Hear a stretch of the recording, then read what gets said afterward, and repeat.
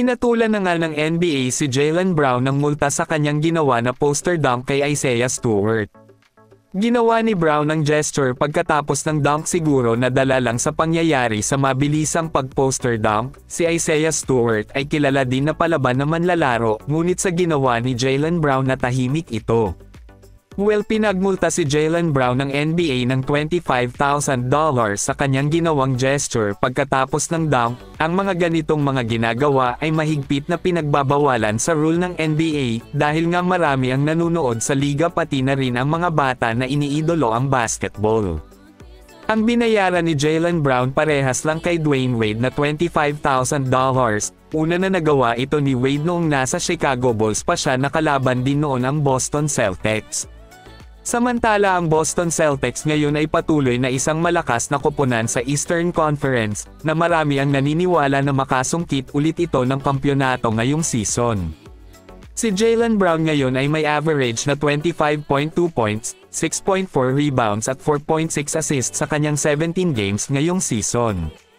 Nakuha niya noong nakaraang season ang Finals MVP na isang parangal na bihira lang na matanggap kapag nagkampiyon na. Malaking impact si Jaylen Brown sa Boston kasama ang kanyang kaduo na si Jason Tatum. Patuloy sila na gumagawa ng makabuluhang bagay sa Boston Celtics. Sa ngayon nakuha nila ang pangalawang pwesto sa Eastern Conference sa likod lamang ng Cleveland Cavaliers.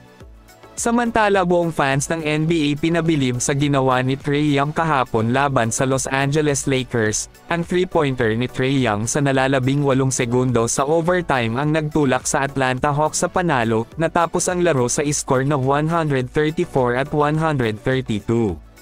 Sa ginawa ni Trae Young sa kanyang game-winning shot ang nagdala sa Lakers ng kanilang 12-11 na record na nakaupo sa ika-10 sa Western Conference. Ang Lakers ngayon ay natalo ng 7 sa kanilang nakalipas na 9 na laro.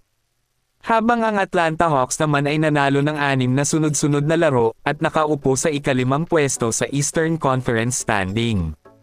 Pinangunahan ni Trae Young ang laro kahapon na tumapos na merong 31 points, 4 rebounds at 20 assists. Ang kanyang mga assist ngayon ang nagpaingay din sa mundo ng NBA, mas lalong lumakas ngayon si Trae Young para sa mga assist.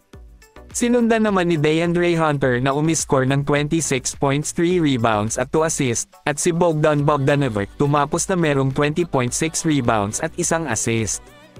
Habang nasayang naman ang ginawa ni LeBron James na triple-double, na merong 39 points, 10 rebounds at 11 assists na may kasama pang 2 steal at 3 blocks. Ginawa niya yan sa kabila ng kanyang edad, ngunit sa kabila ng kanyang matinding ginawa ay natalo pa rin sa huli. Mainit ang kanilang laban kahapon, na umabot pa nga sa overtime, ngunit gumawa nga si Trae Young ng isang game-winning shot. Si Anthony Davis maganda din ang naging laro kahapon na merong 38 points, 10 rebounds at 8 assists. Literal na nasayang ang ginawa ng duo na ito.